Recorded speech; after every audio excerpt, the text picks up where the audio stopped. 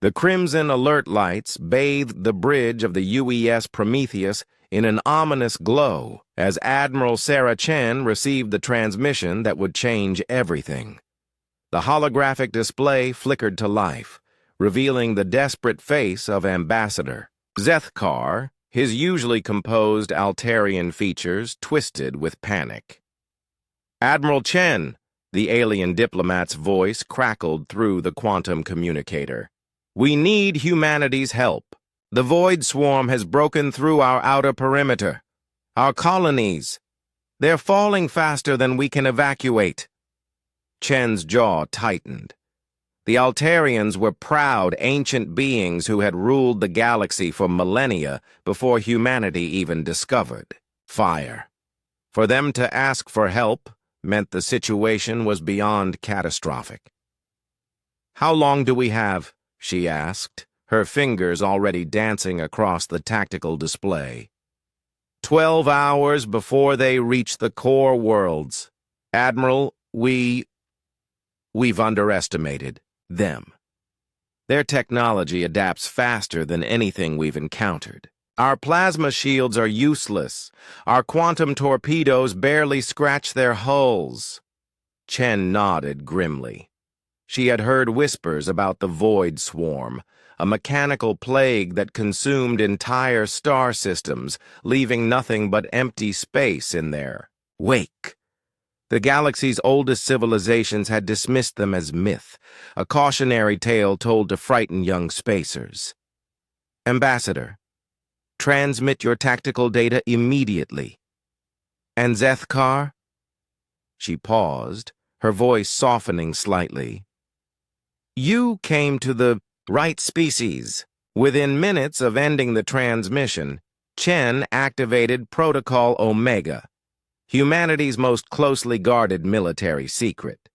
Across human space, from the mining colonies of Kepler 442b to the fortress worlds of the Centauri system, emergency.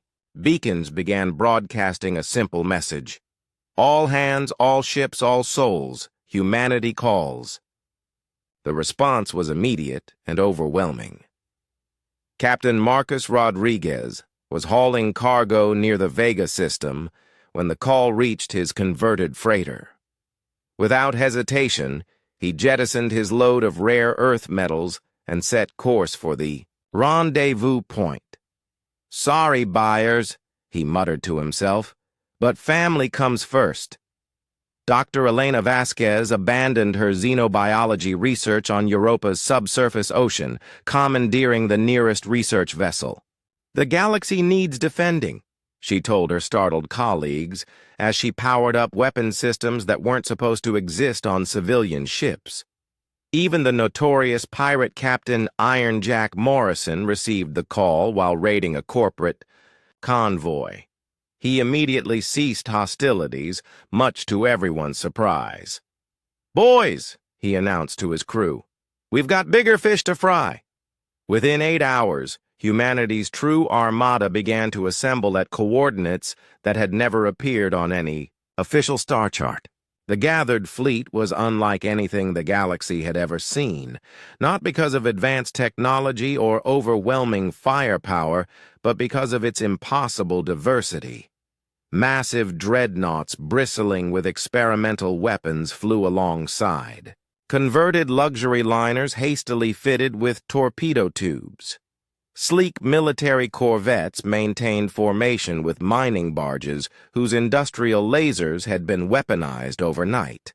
Corporate security vessels shared tactical data with reformed pirate ships, their crews united by a bond deeper than law or profit. Admiral Chen stood on the bridge of her flagship, watching the tactical display with a mixture of pride and amazement. Over 3,000 ships had answered the call. Every human vessel that could mount a weapon or carry a crew. It wasn't the largest fleet in galactic history, but it was something far more dangerous. It was humanity unleashed. "Admiral," her communications officer reported, "we're receiving a transmission from the Altarian High Command. They're confused by our fleet composition." Chen smiled grimly. Put them through. High Chancellor Vextar's elongated features appeared on the main screen, his 4 eyes blinking in bewilderment. Admiral Chen, we detect numerous civilian vessels in your formation. Surely you don't intend to bring non-combatants into battle? Chancellor, Chen replied, let me explain something about humans. When we're threatened, there's no such thing as non-combatants. That cargo hauler you're looking at? Its captain survived the Proxima raids by jury-rigging his engines to ram pirate ships. Those scientists, you see? They've spent decades studying how to kill things more efficiently.